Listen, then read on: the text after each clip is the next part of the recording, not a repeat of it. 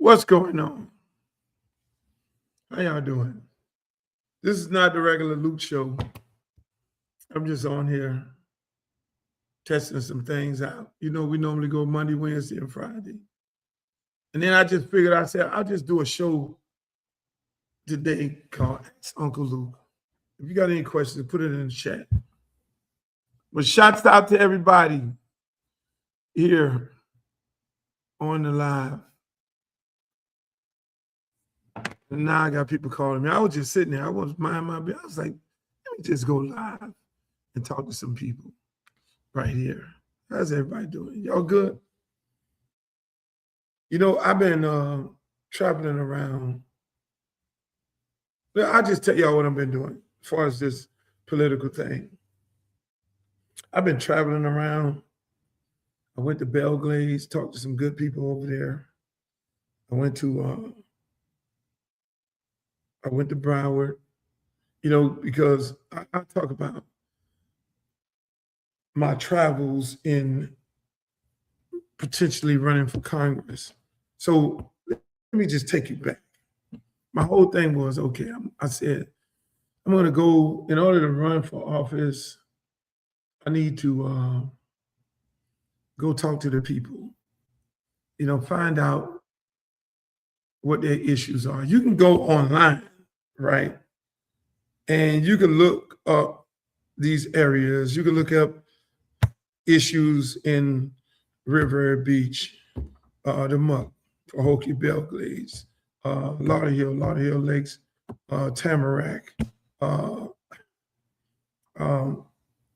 You can look up all these areas, right? Sunrise. You can look up all these areas and see certain things that these areas need. And you can look up articles. You can do your research on all these different areas, right? But what happens is, and you can, you know, come up with a platform, you know, the obvious platform for everybody, every politician, everybody that's running for office. The obvious thing is to, you know, I'm sorry, I get distracted. I got these Ray-Bans on and the phone is ringing. As soon as I get 5 minutes to do something, people start calling me.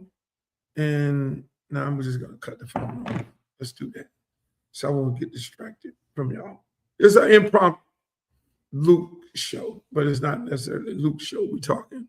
So telling everybody how I'm going about this, how I'm going about making a decision to run for Congress. And so what I'm doing is going to different cities, talking to people who are boots on the ground. I'm not talking to politicians. I'm talking to the average person in these cities about the average things that need to get done. Now, is there a lot of people that I haven't talked to? Yes. Quite a few people I haven't talked to. You know, quite a few people I need to talk to. Am I going to be able to talk to everybody? Not really. When I do make a decision, if I make the decision, which I'm going to make it on the 15th, when I do make the decision, that's when I'm really going to go and turn into Luke running for office. How do I get there? Is by going into these areas and having conversations with these people about the conditions that they may be living in, what can be done better, some of the concerns that they have, whether it's housing, whether it's healthcare, whether it's crime, education, you know, things that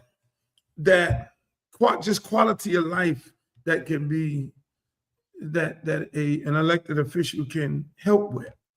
You know, before I get into anything, one thing about me, I do the research. I just don't jump into shit, you know, and be like, oh, I want to be a congressman. Oh, I want to be governor. And, you know, speaking of government, a lot of people wanted me to run for governor, just so people know. They were like, run for governor.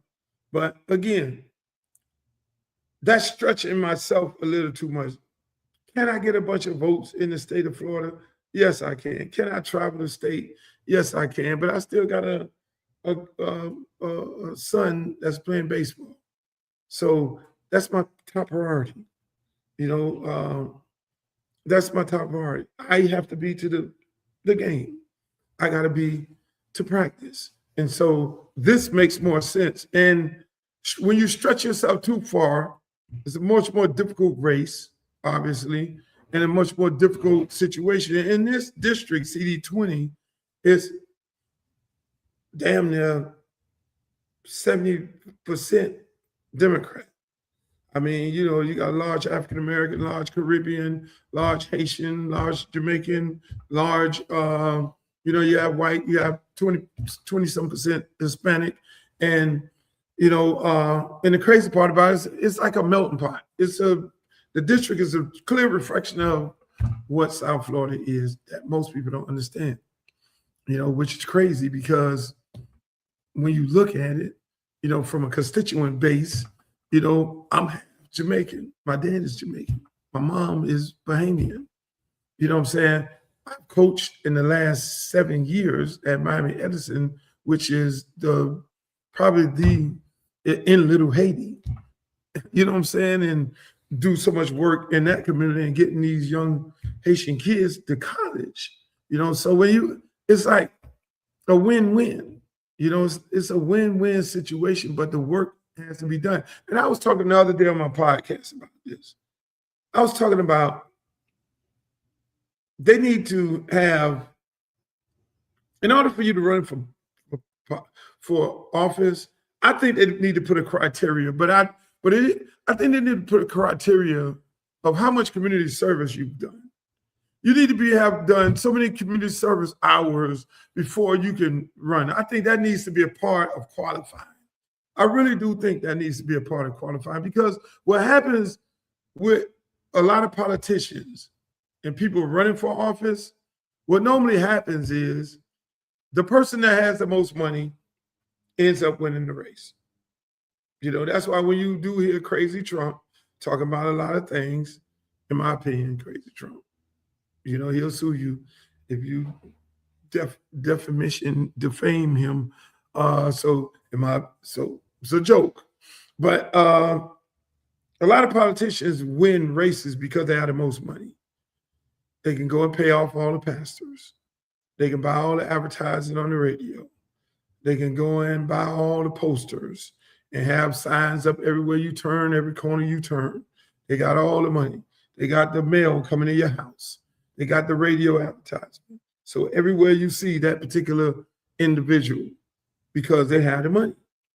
A lot of times the guy who don't have the money is the one who pretty much wins. And a lot of times the guy with the most amount of money, you know, he's trying to brand his name. He's trying to sell himself. And so where that community work comes in, you have to ask these people, when you're running for, what have you done? What have you done? Anywhere. You know, what community work you've done? Why should we trust you with our area? I mean, some of us are businessmen, not career politicians. So that gives you a sense of security that this is a businessman, and city government and county and federal is business. It's business. You got to be able to do business. In order to bring X amount of dollars into a district, you got to be able to do business. That don't necessarily mean you're a lawyer. A lot of lawyers are lawyers who work at law firms who are just lawyers. Because you're a lawyer don't make you a successful lawyer. Everything is a success involved in it. And when you're successful at anything that you do, you always find a way to give back. You know, if you're a successful doctor, in this race, you got a doctor. If you're a successful doctor, so what have you done to give back to the community to get you to having a relationship with the community? So when it's time for you to do run for office, political office, and you're going to serve the community, what are the things that you've done to warrant people to vote for you? If I just doctored and made my money serving patients, but then I just went home and I lived a lavish life, flew on the jets and went all over to these pretty islands and all that, had these great vacations and all these pretty cars and shit. But then I never did any community service work. And the community service work I'm doing is, I'm thinking I'm doing it because I'm doing doctorate. Or I do some turkeys and toys shit. That's the craziest shit in the world. Turkeys and toys. And the food things. Oh, we're going to give out food. We're going to do turkeys and toys. And we're going to give everybody turkeys and toys. And we want you to vote for us. Or we're going to show up into the pulpit and hit the pastor off some money. And then he's going to like, yeah, vote for me. And that's my guy. And I say this to, a lot of pastors are my friends. I even say this to the pastor. It's like a whole part of it. Like, when you're running for office, it's like you got to have a whole faith-based liaison consultant. And so what does the faith-based consultant do? That person, you have to hire that person, and they're going to go and they have a relationship with all the pastors in town. And they're going to go and set you up, and the more money you got, it's become big bank, take little bank. So even with that, and not all pastors like that, trust me. There's some good guys who really, I look at it like this. If I had a big church and some guy came in, offered me some money for me to support that candidate, to tell my congregation to support that candidate, they're going to support him because pastors say support him, because they love pastor. Pastors do all the work throughout the week. Pastor there for the funeral, pastor there for the baptism, pastor there for the birth of the child, pastor there for consultation. Pastors do a lot of work. But I say this to pastors, is more beneficial to get the right person elected. Why? Why do you say that? Versus the guy who has the most money coming in. Why do I say that? Because if your congregation and if that community is wealthy and doing good, well, you only part that you're going to suffer as a church, your church, the longshoreman is going to be making more money. The nurse, the doctor is going to be making more money. The gardener, the contractor who's a part of your church is going to be making more money with the right person in office. So now your congregation becomes not an affordable congregation, but a high upper middle class congregation. So now your congregation just went from the average income of $27,000 to damn 6 figures, over $100,000. Now, when they're paying their tithes, they can pay larger tithes to the church. See what I'm saying? It makes everybody happy. So if I'm taking the $500 to support a candidate that I know just getting ready to gentrify the neighborhood, so eventually in 5 or 10 years from now, people are going to have to travel from miles and miles away to get back to the church because they're going to get bought out of the neighborhood. See, people don't realize that. So and I always say to these, churches and community groups, because the community groups do it too.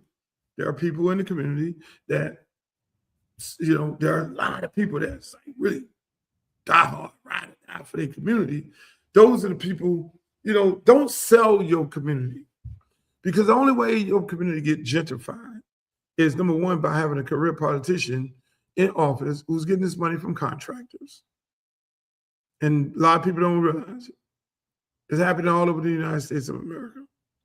I'm just so everybody know, I'm just having a general conversation. I'm sitting in the kitchen thinking about what I'm gonna cook.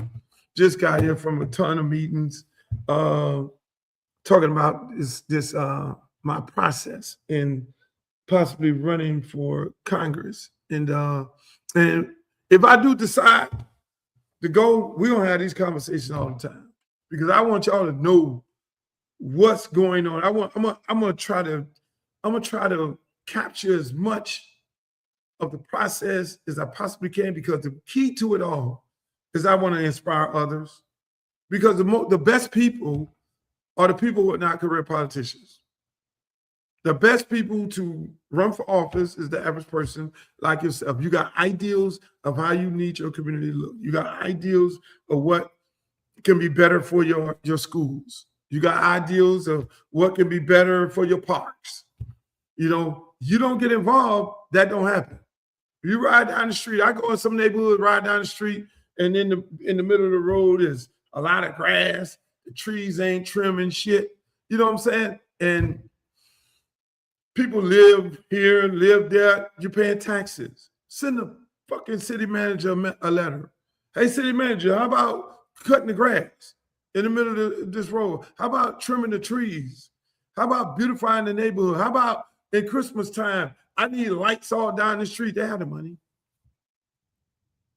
But it goes back into that person who you elect, because that person who you elect is supposed to be the person ride down the street and see the grass ain't trimmed in his district or her district, and the trees ain't trimmed and the lights are out. That fucking elected official that you put in office is supposed to see them things before you see them things. So a lot of times we get the wrong person. We get some dancing bear who want to be dancing all on the video, like Suge Knight say, dancing all in the video. You want to be dancing all and doing all this wild shit on Facebook and doing this wild shit on social media, dressing up at the galas, acting like you're the king, and everybody else has got to bend the knee. And don't elect those type of people. Those people lose sight that these seats that people hold, they're not authoritarian. They're not authoritarian individuals. Those are the people's seats. Those seats are the people's seats. If I run for office, that's the people's seat. It's not my seat. I would sit in that seat if I run and be elected, and I always know I don't need to be reminded that I work for the people in that district. And that's what I always did. I mean, Liberty City Optimist, I work for the kids there. So we go and renovate a 28-acre park. We go from commissioner to commissioner to commissioner. It wasn't one. Damn near a 10-year process. And sometimes things take that long. You got commissioners dying. You got commissioners going to jail. You got commissioners getting reelected, coming out of jail. Then you got commissioners that term out. You got city managers come in and go. Then you have mayors that come and go. You have the commission, the diets changing on a rapid basis. You got to stay the course. Stay the course of getting shit done. You know what I'm saying? And reminding, because every politician, when they change, if, for instance, if I run in this race and I win this race, Sheila is not getting ready to tell me what the fuck she was doing. There's no such thing as a transitional team. Oh, what I was doing and what we was trying to do then, you have to know what the people, those are the things that we were doing, and these were good and these were bad, and we need to expand on this. They don't do that. They'd be mad as fuck that you beat them. It's not a peaceful transfer of power like it should be. So you got to get in to know what the hell going on and know the people before. That's why what I'm doing is I'm going to all these neighborhoods and I'm talking to people on the ground floor.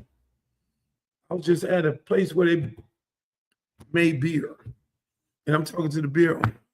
I'm talking to the bartender, the people sitting at the bar. Yeah, they want to take pictures and everything. Hey, Uncle Luke, we heard you might be running in our area, and I'm going to vote for you. But then I say, thank you for that. But tell me, what are some of the issues that you see? Because the average person like me, I'm a homeowner. I ride through my area and I see things that need to be improved. I go out to the park and there are things that need, even when the parks are looking beautiful. That's why I went, all of the things that I was able to build with other people. Not the high school, Edison. I go to Edison. Oh man, what the fuck you going over there for? That's a fucking, it's a dump in Little Haiti. Man, the Haitian kids can't play football, this and that. Man, all right. Okay, God sends me that direction. I'm like, God, what are we doing? Whoa, these people ain't won a game in 2 years. The field is not a field, it's a dust bowl. Wind blow like this, dust all in your face. I'm going home, taking a shower, or look down in the shower, nothing but mud, dirt coming from all parts of your body. I'm like, this is not good. Nose, you got to put the shower up your nose because there's so much dust on the football field and you're standing out there for 3 hours. This shouldn't be. Locker room, you got to walk damn near 2 miles to go to the building and no seats or nothing in there. This shouldn't be, but you got a locker room right here that's old and abandoned. You walk in there, you got mold on the wall, you have termites, rats running through there, roaches. It's like, this was the original locker room. How about us restoring this? How about, Luke, use your resources and put a turf field? Oh, Luke, you can never put a turf field in Miami-Dade County. There's no schools in Miami-Dade County that have turf football fields. How you going to get a turf field done? This school ain't never won no state championships. Last time they did it was 100 years ago. You're not Northwestern. You're not Central. You're not this one. You're not that one.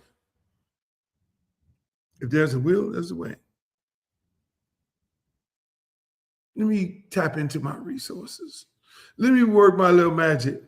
Hey, Miami Dolphins, I'm renovating this thing and do it with, see, the key to it is doing it with community involvement. Not coming out your pocket.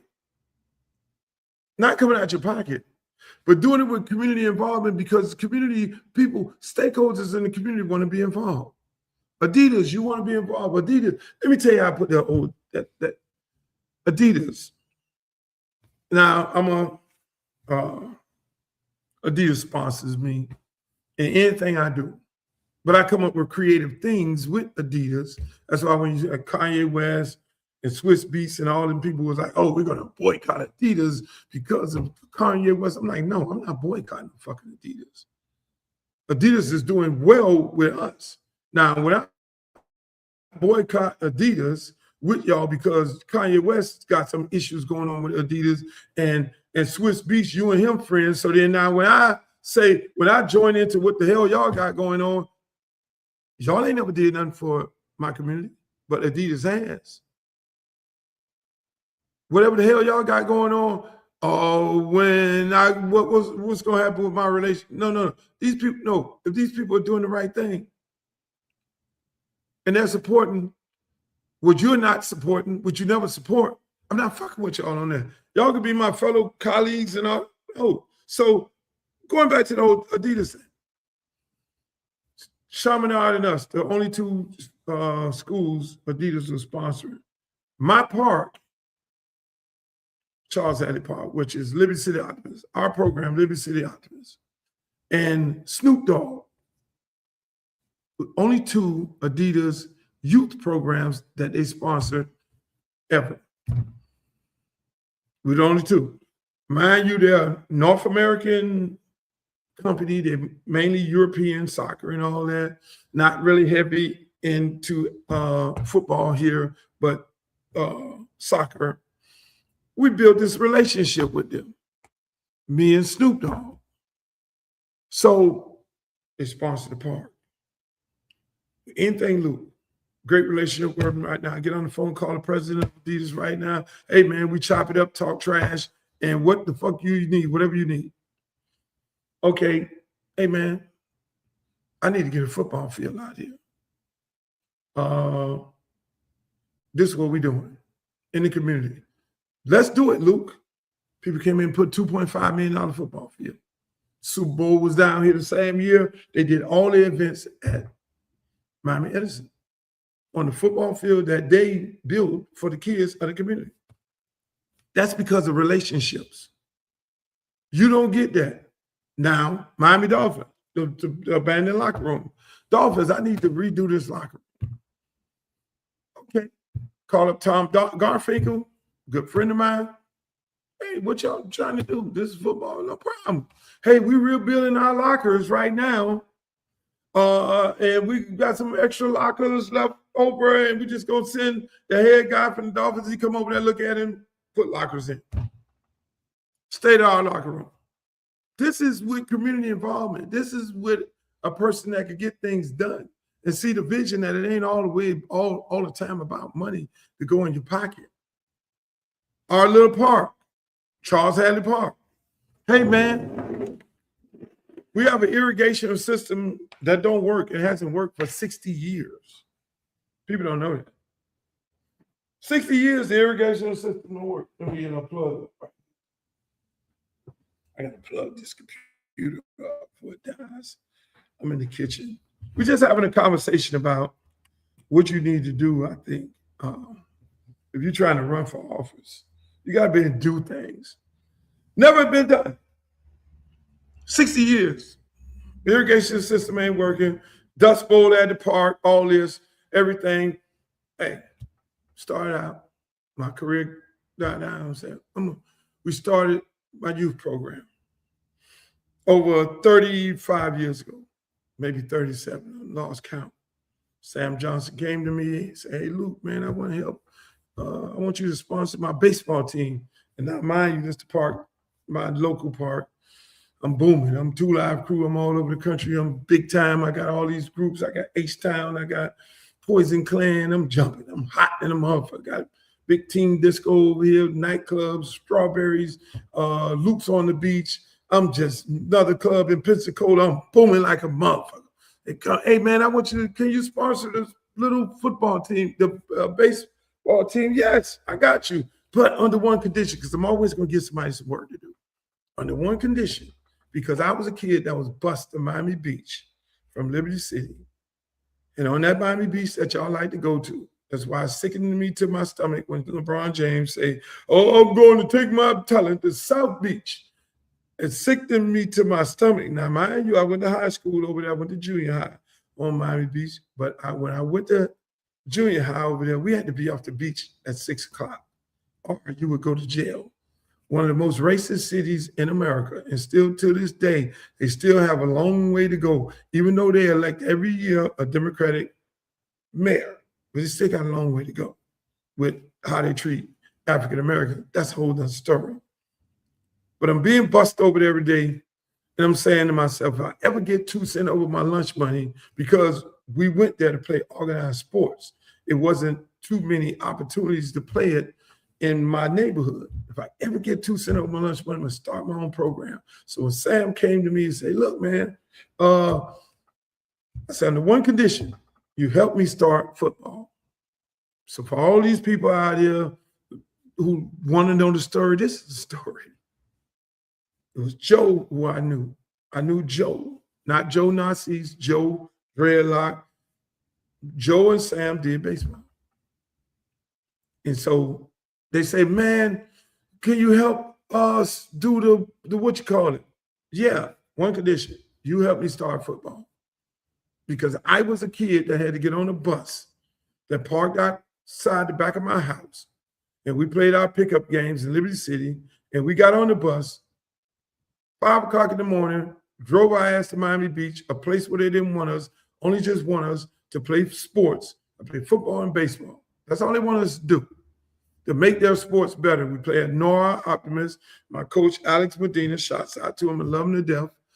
Neham ran the program. So I watched how Nora Optimist ran. I watched how my high school football coach at Miami Beach and Ida Fisher, how they operated. I was sitting there, when they had the Marriott boat lift, when the Cubans came to Miami and they started integrating or migrating into the schools. And one of my best friends was a kid who just got off the boat, was named Jose Amador. So I saw all this shit. But mind you, I'm always thinking, because my daddy, Jamaican, and my uncle, Stirrup, If you go look at the history of Stirrup, his name Ricky Stirrup. It's my uncle, who I stayed with on the weekends, who wouldn't let me look at cartoons when you read my book, Stirrup. And if you look Stirrup up, that was our family who came to the original folks to come to Miami, the Bahamians, and built Miami. So if you go down to Coconut Grove, you'll see Stirrup,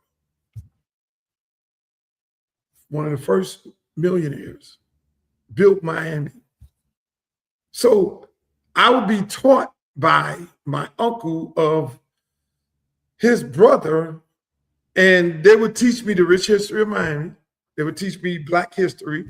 Then I got this daddy that's Jamaican. So, you know, if you Jamaican and Bahamian, politics is deep.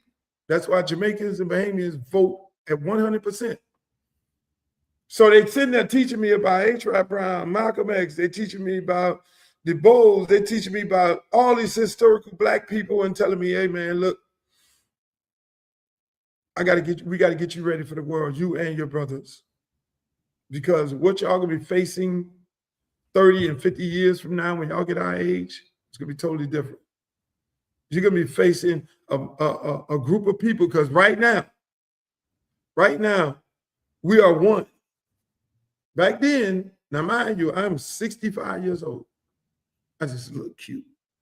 And when I get a haircut today, I'll even look more younger.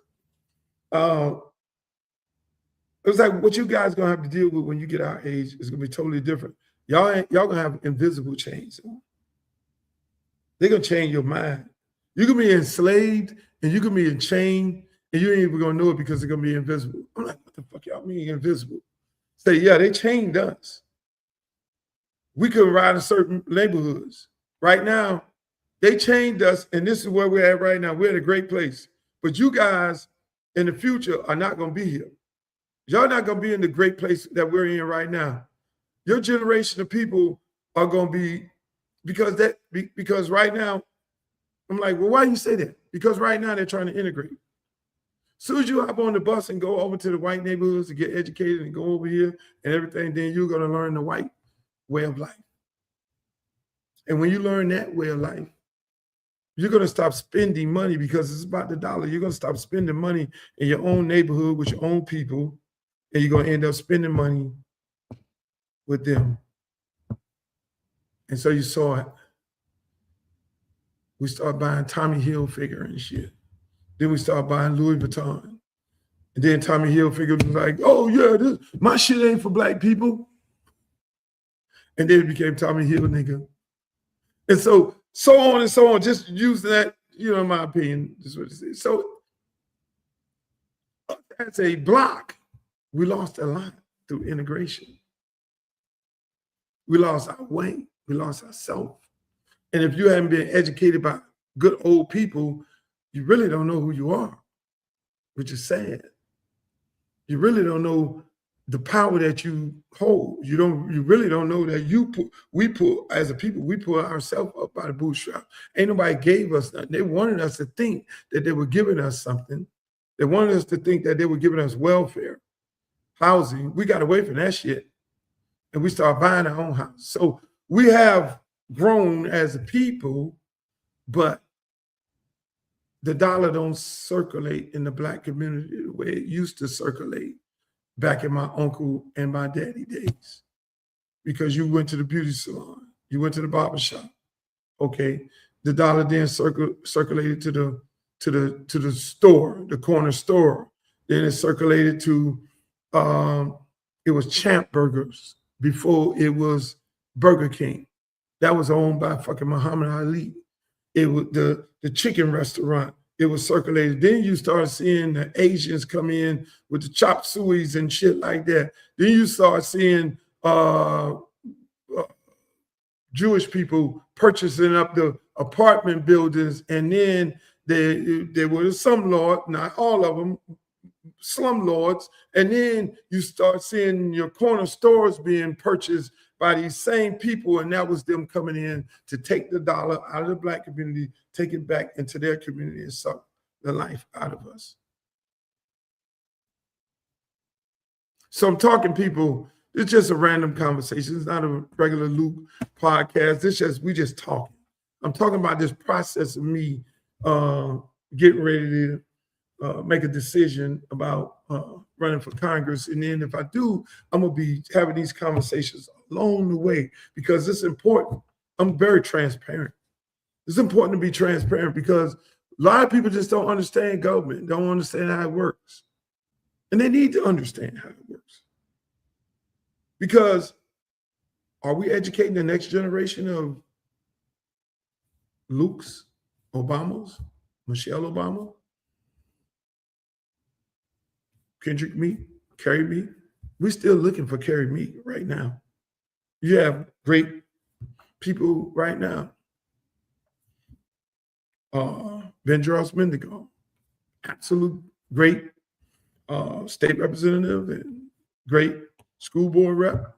Those people at some point are going to go sit down. Who's next? We still haven't replaced Carrie Meek. And that's how I first got involved in politics. Right around the corner from my house, she had an office and volunteer putting out flyers and all that, and just sitting down having a conversation with Congressman Meeks. And I tell her son all the time, just having political conversations because I can have political conversations because I got the politics from my uncle and my daddy. I understood exactly where we're going as a people. That's why when that whole controversy came with the music and all that, I know exactly I was the right motherfucker for them to fuck with. Talking about free speech, understanding of the Constitution and what I was fighting for. I did not have to go and fight that battle. I could have left that record obscene. I could have left Banned in the USA. I could have left Nastiest Want to Be obscene and would have made more money with the record obscene than Law Allowed, a banned substance. You know, anything that's banned and the government says you can't have this, you know we want it more. And then we'll pay more for it. Because now you can't get it to where you got to go get this shit like on the market. Like black market. Shit, that record now costs $200 to get. If it stayed banned. No. I looked at it from the standpoint of this. I said, why am I fighting this fight? Because of the teachings of my parents, because of the thought of these invisible chains, because of the fact that I know there's me in the present, but who does it affect in the long run? So I'm the only one up here doing this explicit lyrics on this record. Me, Two Live Crew, we the first ones. I done created this parental advisory sticker. They said, fuck that, we still coming at you. I'm like, oh, we separated. We're doing a clean and we're doing a clean and a nasty version. Oh, fuck that shit. You're still nasty. We still want this band because you're not affiliated with a major record label. You're not affiliated with Warner Brothers, CBS, nobody. You're a standalone motherfucker from Dade County, Miami, Florida. And what you're going to do is you're going to screw up the business for us because you're going to inspire other blacks like yourself to want to own and operate their own company, which I ended up doing.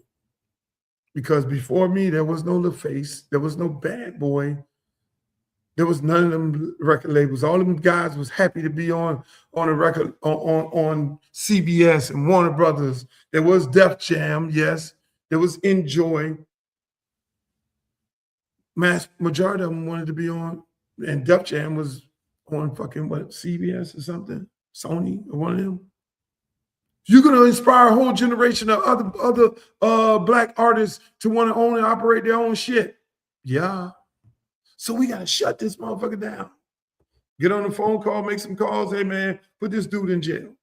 So I know it wasn't about the lyrics, because the lyrics, the samples we were using from Leroy Skillet, comedian, Dolomite, comedian, Red Fox, comedian, Aunt Esther, all these, and then I'm looking over here. What the fuck? They got why they fucking with me when they got all this? They got Hugh Hefner. Hugh Hefner. Hugh Hefner. Think about this for a minute. Got all the naked parties, allegedly have all the naked parties up at the Playboy Mansion with all the Playboy bunnies running around. People in the pool doing all this wild shit in LA. What's the difference between Hugh Hefner and Puff Daddy? They ain't just started Epstein Island. Well, Hugh didn't, I don't think Hugh ain't had no little girls. You know. But yeah, so I'm thinking, you got the Playboy, you got the magazine, you got Larry Flint, you know, they went after him.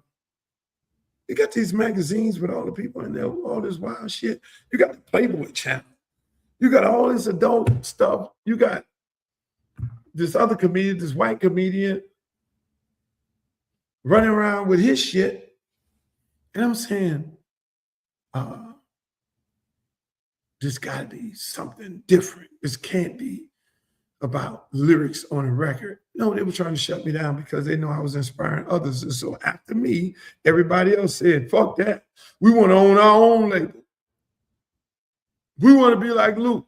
I remember going on tour with Jazzy Jeff and Kool Moe Dee and all them brothers and Run DMC, and they're like, you own your own label? And they would laugh at me. Oh, man, we on this label. We on Jive. We on RCA. We on this. Oh, you on what? Loot Records. And then I sit them motherfuckers down before the concert. We all sit around and go to talking. And they started out laughing. And then you see the smile come off their face real quick. You what? I was like, yeah. So in in Miami, because everywhere in the country there's distribution pockets back then, and then there were manufacturers and distributors. And so in Miami, we had manufacturers and distribution companies that distributed to the Caribbean islands, because if you manufactured a record in California or Georgia, you would have to pay a lot of shipping rates to ship it down here. So you're losing money as every time the music moves. So everywhere in the country, they had these pockets of manufacturers and distributors. And so here in Miami, they had these manufacturers who would distribute the music to all these Caribbean countries. And they would make the records dirt cheap. So I'm like, I can make these records dirt cheap, the records, the cassettes, the CDs and all that, using these people, and I'm shipping this shit. And I explained that to them on the bus. What the fuck? You doing what? I'm like, yeah. And you making what? Well, I'm paying 25 cents for an album and selling it for $5. How much money are you getting on your RCA contract? I ain't seen no royalties because they say I'm still not recouped. I said, so I can sell 25,000 records, and the amount of money I make off of 25,000 records, it's going to take you to sell damn near $1 million. The boy's face like cleaned up real quick. What the fuck? It was like, yeah. So y'all sitting there laughing and y'all think it's all great to be a part of these corporations. Then before you know it, them dudes came off tour a couple of times. This Source magazine had me on the album, so talking about what I was doing, how I was doing. Everybody inspired a whole generation. Man, I went on my own company. So then now the major labels had to then modify. It was like, we had this motherfucker. We'd have put his ass in jail. We'd have been this. Yeah, they did put me in jail. If we'd have stopped him, if he didn't win, yeah, but you can't beat me. Did it cost me a lot of money? Yes. Did I get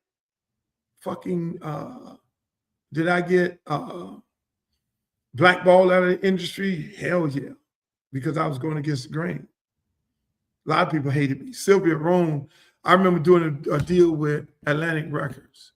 And Sylvia Rome was the black lady, was the top executive. I just seen them give her an award on the Grammys the other day. And if you saw my finger gesture once they called her name, it wouldn't have been cute.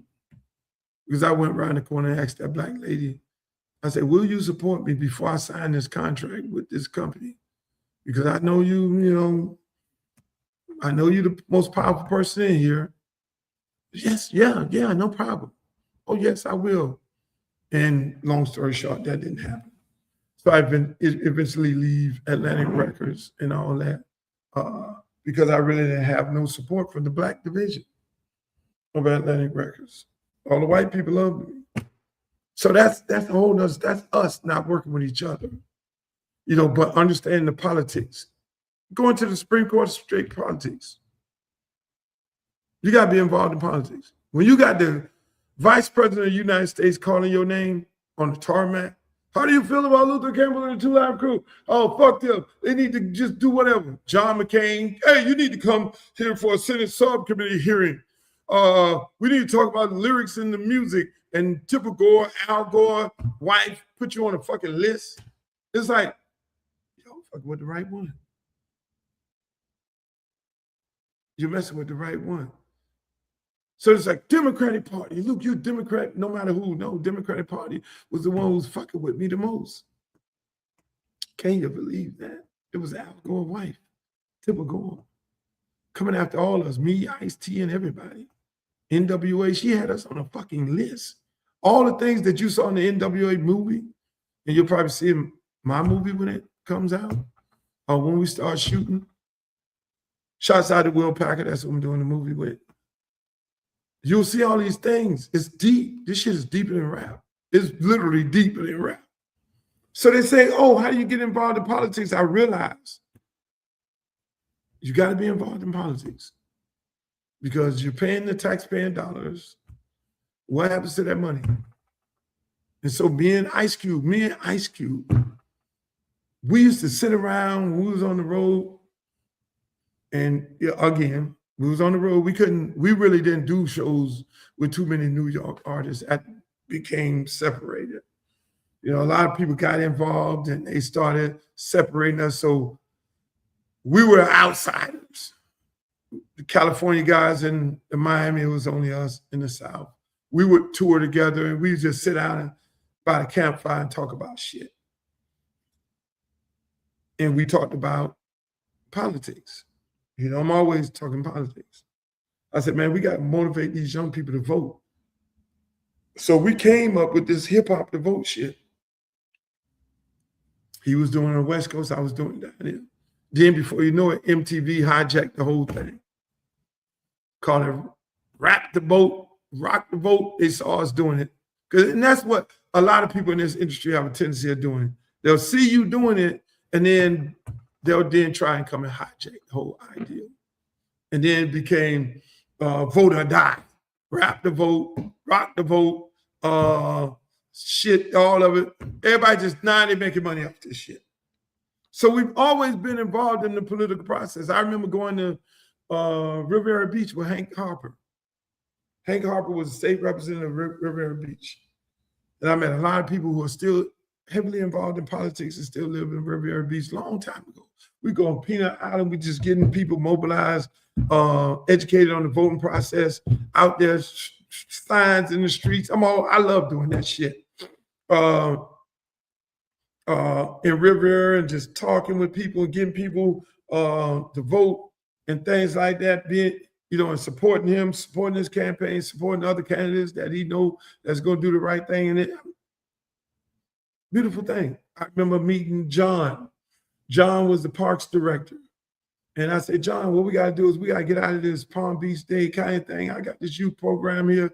And John was redoing the entire parks division in Riviera Beach. John on the golf course, not nice. And John is nice and retired. And that water park you see there, it was a little building. And John said, I'm going to build a water park right here. Then he got it done, up in Riviera Beach. So I love them people up there. They got a lot of things going on, a lot of beautiful things. And for this to be in that district, it's like full circle. So now, mind you, this is about 20 years ago. I'm in the trenches down there and say, John, we got to bring your team. We start this youth football program here, John, no problem. And then you're going to bring your team to Miami, and I'm gonna bring my team up there, Liberty City Optimists up there, because our kids need to get out of Miami and come see some different shit and see some different kids too. And we had a great thing going on, man. And it's still to this day, I think a lot of the kids are doing that. But again, it all starts in politics. People don't understand. You got all of y'all that listen to this broadcast right now, you're paying taxes. You're spending money. And I always say, man, I'm telling me and Cube talking, we're talking about, man, we could give $10,000. We can give $100,000. We give $20,000. We give $50,000. But if we lend our voice, and if we go and be involved in politics and mobilize people to vote, then those billions of dollars that are in these political budgets, in these county budgets, in these school board budgets, in these state budgets, in these federal budgets, we could then now get some things done in a big way, because this little $10,000 ain't shit. 9 times out of 10, you barely buying some helmets. Going back to Liberty City Optimists, when Sam them said, okay, we're sponsors of baseball, but I want to do football, not knowing that Bill Charlie Brown was going to give me, okay, you got it. So I see entertainers and celebrities making donations. That's great. But lend your voice and your time. It can be greater. Lend your voice and your time. It can be greater. And that's what I look, I got a couple dollars, but it's nowhere in the world I could renovate a 28-acre park with schools, with a fitness center, a brand new gymnasium, classrooms, a brand new turf football field, senior building renovated, entire park beautified as if it's in a Fortune 500 neighborhood. You go out there, that shit is like a Fortune, getting a baseball field redone. Marlins, shouts out to Miami Marlins. Hey, Marlins, I need my baseball field redone. Okay, Lou. Hey, City of Miami, we need turf on the field. Okay, Lou. Hey, we need CDBG funds for our kids. Okay, Lou. Hey, Children Trust, I need support. We're giving 3 cents. Every county person is giving X amount of money toward this fund called the Children Trust.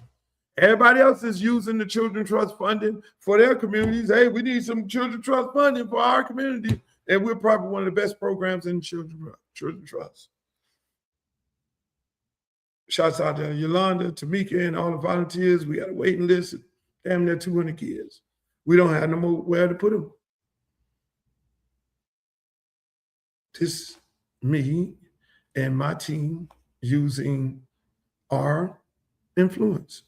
Everywhere I go, I make it better. Everything I do, I make it better. I don't get involved in it. I don't stretch myself. That's why going back to talking about people telling me you should run for governor. Yeah, that sounds cute, but no. Let me think about CD20. My man Ricky Jackson over there, who the first person to introduce me to the muck, and EJ and his family, and would go over there, and the bad press that the muck would get back in the days, that is not happening no more. And the good press that the muck would be getting, with the top athletes coming out of there. Let me help those people. Like I did Edison, like I was able to renovate a 28-acre park. What would it be a beautiful thing to be able to go into Congress and be able to help renovate that whole area, stimulate that entire community. Do you know when the sugarcane companies decided to pretty much go automated? Before, you would go out in the farm, they would go and cut the cane, boom, they cut the cane, they harvest the fruit and the sugar cane, and Everybody in town worked there. And then there would be a whole lot of people to come live there to help harvest the fruit. Bring the big machines in to do the shit, and they don't need the people no more. The robots killed the whole fucking town. The robots. Automated system. All you gotta have 1 or 2 people running the goddamn machine. It's going out there cutting the damn cane. It's going to cut it. It's going to peel it. It's going to sugar it and everything. So you're sitting there like, entire community devastated. And that's what's going to happen to the country. Who do they expect to get left behind? Us. We have to be on our P's and Q's. So we ain't got no time for nobody want to play around and be an elected congressman or woman. We ain't got no time for this shit. And some of the older people who did their term, they need to go sit down. We need people who have vision, who can guide us in the future, because this shit ain't designed for us. I'm gonna tell you that right now. Just like them taking the machines that cutting the sugar cane and automating it and virtually damn near killing the entire beautiful community. You don't think that's getting ready to happen everywhere? There used to be a lot of people working at the airport until they put them kiosks there. Shit, you damn near the kiosk gone. Because they didn't put the damn shit that was on the kiosk on the phone. Ain't no more tickets. Only time you go to the counter is when your flight got delayed and you need to be rebooked. Whole bunch of people lost their job. That's going on everywhere. So if you don't get prepared for what's going on in this country going forward, you can be left behind. But the beautiful part about it is this. The beautiful part about it is you can take, when I go riding in these neighborhoods, I was riding down Sistrunk today. Like Sistrunk, I remember Sistrunk. I remember Play Day, the Armory, Hollywood Skating Ring. It's me. Yeah, I DJ'd all them places. Carefully embedded in there, riding down the street. It's like, see Chris Smith plays, see Trick Daddy plays, see a few other places, a couple of abandoned buildings with federal dollars. See the houses around. Don't think they ain't coming and they ain't knocking on them people's doors. But we could do a lot of work there. We could do a lot of work, Hill Lakes. We could do a lot of work into helping these kids, because who know kids better than me? We could do a lot of work helping these kids through education, through trades. Everybody ain't going to college. It's not happening. I didn't go to college and I think I did well. Because the trade I learned was music. And I had to learn that on my own and use my common sense in business. So I got this business degree off the streets and from my family. But again, I like having these little conversations. I'm gonna have these conversations. I ain't gonna keep y'all up too long. I like having these conversations. But on the 15th, and I know I probably was all over the place trying to bring you back to where I was going at, but I just felt like I wanted to talk to y'all today. I'm gonna have these conversations on a continuous basis once I make my decision if I'm gonna run or not, which I'm ready for the 15th. I'm ready. I've been doing my due diligence. I've been talking to a lot of people in the different areas, like I said earlier. I think there's a lot of work that can be done, and there's a lot of things that can be done with the right person in office who really care about the community and care about the people in the community. And it's a lot of beautiful people, man. A lot of people who care about their community. You know, I ain't talking to no politicians. You know, because a lot of politicians got their own little thing going on. Eventually, I'll have conversation with them about some of the things that they're working on and how can I help them. I know a lot of politicians already signed up with some of these candidates in the race. That's fine. That's cool. My job is to, if I decide to run, is to get the people to want to vote for me. If the people decide they don't want to vote for me, I'll be okay. You know, you always could try to get off the bench. You know, like we have football games where people be in the stands screaming and shit. Oh, you need to run this play. You need to run that play. That's what we do. We get on these social media platforms. Oh, they need to run the government the way this is. They need to do this and they do that. You can always get off the bench and get in the game. You be the politician. You get it done. But again, I'm gonna have these conversations a lot more. I'm gonna have a weekend conversation with a young lady that does financial planning, you know, outside of the podcast. Podcast Monday, Wednesday, Friday, we talk about all sports, politics, and entertainment, but this is me like to talk to you and speak on some things that I like to talk about. I know I wasn't looking at y'all in the chat, but now I am. Mad love from Dallas. Yeah, what's up, Dallas? What's up, Pensacola? They said I couldn't have a successful club in Pensacola. My club was called Club Miami's on Halifax. On Halifax. Yeah. It was like, and the club was very successful. You know who used to DJ at my club? I'm in the chat right now. I'm looking at y'all. Ask me what. Greg Street. He used to be on BLX.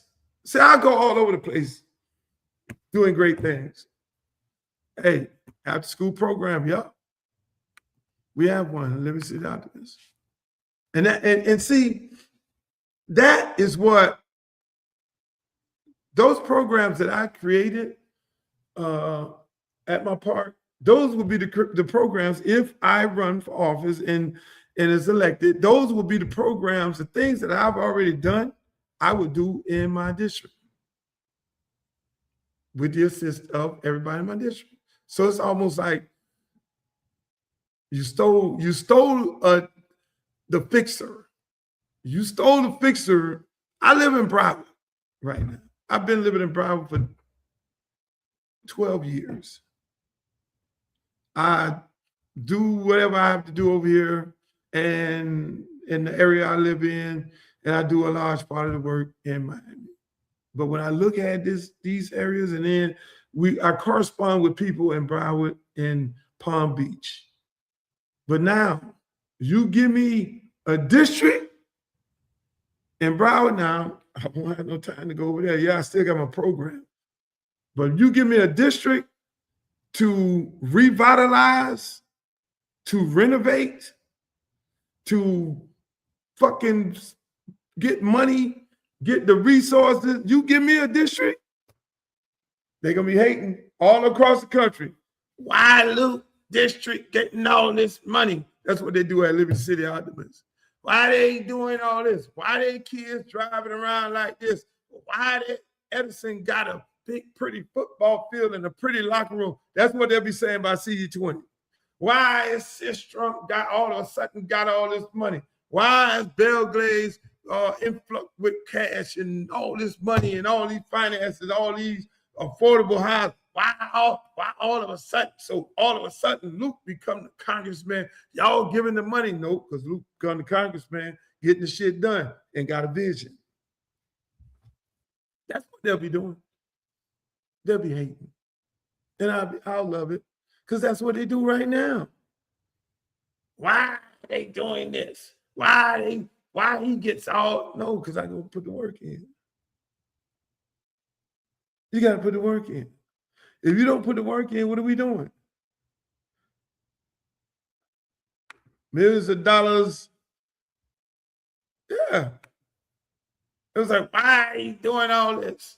I got some more guys, some more ball players that up there in Belglaze. Why they got all these things going on? See, y'all always talking about Luke for president. No. I haven't decided that I'm running yet. I'm gonna do it on the 15th. I'm doing the 15th. See that? Pack Jam. Pack Jam. They asked me. I was telling my homeboys, man, I'm gonna open up my own team disco. Fuck that shit. We doing these parties in these skate rings, making these white men all this money. What about our own shit? My friends were looking at me like, huh? And then I went and opened up a team disco. We painted the shit up and say it's the Pack Jam. That's how the Pack Jam came. And we opened the doors and the kids came and we had a Pack Jam team disco to Hey. And then we went from Little Pack Jam on 54 to Big Pack Jam on 84. And Chico right now making all the money off Pack Jam reunions. Ain't sent me no money yet. Where's my money, Chico? Where's my money, Chico? Remember, I got you from South Miami DJs. So you need to be, every time you do a Pack Jam reunion, you need to send me a check. I'm just playing. Dallas Crew, South Miami. I'm telling you, they're gonna be mad. If I run and win, they're gonna be mad. Why they got all this shit in Belgrade and Pahokee? All of a sudden, y'all let Luke become the congressman. Now y'all, why they looking so good? Why is Lauderhill all of a sudden everybody good and the schools getting all these resources? Oh, this will be to all the other congressmen and women around the country, because listen, I'll be getting that shit done. Sunrise, Lauderhill, they got good people in these areas. Good people. They got some good leadership, some good mayors and shit, and they got some good people. I come in on a federal win with this vision, not the vision, but the vision. There's a difference between the vision and the vision. CD20 be the baddest looking place in America. How you got to, Mr. Campbell, the other congressmen and women, how did you get this done? Y'all want to sit up there and fight Orange Man. I'm not getting, listen, man, listen, Orange Man. Hey, Orange Man, I need to talk to you. Don't fuck with my money, man. I need all these clinics open. As a matter of fact, I need more money. I need my parks redone. I need the water plant. Been trying to build a water plant in Riviera Beach for God knows how long. I need that. I need $200 million right now. Give me the money. Hey, Marco Rubio. Okay, let's have a conversation, Marco, my friend. Let's have a conversation, Marco. I represent an area, large part of Haitians, Jamaicans, a lot of immigrants. You're trying to pass this TPC shit and get these people. Hold on. Remember, y'all say y'all want the criminals out. We got to have a conversation. Marco and me will have a conversation about deportation of Haitians and immigrants. Me and Marco are good friends. Very good friends. Whatever he got going, look here, do I agree with everything he do? No, I don't. I disagree and all that, but we can have a conversation. Ain't nobody running in this race can have a real conversation with Marco Rubio and Orange Man. I've been to Orange Man invited me to his house many, many years ago when he was a Democrat. Orange Man, if you want the win, you get the win. I can go have a conversation with Orange Man. Hey, Orange Man. Hey. Hey, listen, man. I need this, and this. Matter of fact, you live in Palm Beach County. I need this, and this. I don't need you fucking with the immigrants that live in these areas. These people, the status need to be protected. I don't need no ICE running through no motherfucking our neighborhoods. You keep that shit over there. Everybody can't do that. I'm sorry.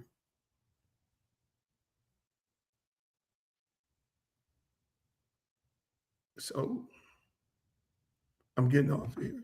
I'll be back at my regular scheduled program tomorrow. I just came over here to chat with y'all. And you talking about trading Bam? No, we're not trading Bam. No. Why would we trade Bam? For what? There's not too many NBA basketball players out there right now today. Why would we trade him? No. Y'all always want to trade some damn body. Anything y'all want to ask me in the chat, come on, ask Uncle Luke right now. I got 10 minutes. You can ask me whatever you want to ask me. Okay, if you win, I can't really see. Me and my family is moving there. If I win, you and your family moving there, goddamn right, let's go. Because that shit gonna be beautiful. I can say, I got plans right now, riding through these areas. I'm like, shit. So, man, I already see where the growth is. You know, you got to have a vision to see like, man, we can do this, we can do that, we can bring this in, we can bring that in, we can help this right here with the help of the people. You know, man, come on, man. What else y'all got to ask me? Do you have new music and videos coming out? I have an app coming out. Matter of fact, I'm building an app right now, the Uncle Luke app. I haven't finished it. You actually can download it right now. You go to the App Store and Luke Records app. I'm building that app. It's not finished. So when you go there, you know, I just told y'all, people here. But yeah, new music. We're going to put some stuff out of the archives. Thanks a million. You're welcome. I don't understand why people want to get rid of Bam. Everybody always talking about get rid of good people. You don't want to do that. Pac Jam, they just had a reunion. Who else got anything? You got anything there? I'm from Mississippi. I'm coming to support hard. Okay, cool. Mississippi, we're going to need you. If I jump in this race, we're going to need everybody. Are you and Ice Cube going to do a project together? I wanted to do Players Club over. I got to call Ice Cube. Hey, Ice Cube, man, let's do Players Club. I know, you know, Dollar Bill dead, so I'll own the club. It'll be the new Players Club. If I win, I don't think I'll be able to do that. Players Club. Yeah. Hey, man. I'm going to leave y'all right now. I had a good time talking to y'all. Nice conversation. Hopefully you guys enjoyed it. Scarface, yeah. Scarface is my dude. I love Scarface to death. Bye. See you later. Good night. Make the booty go. Make the booty go. Make the booty go. Make the booty go. Make the booty go. Make the booty go. Pop, pop. Make the booty go. Pop, pop. I need some bad girls. I'm gonna let y'all hear my new song. I need some bad girls. Come on, baby. Come on, right here. You and you. Come on with that, your fine ass.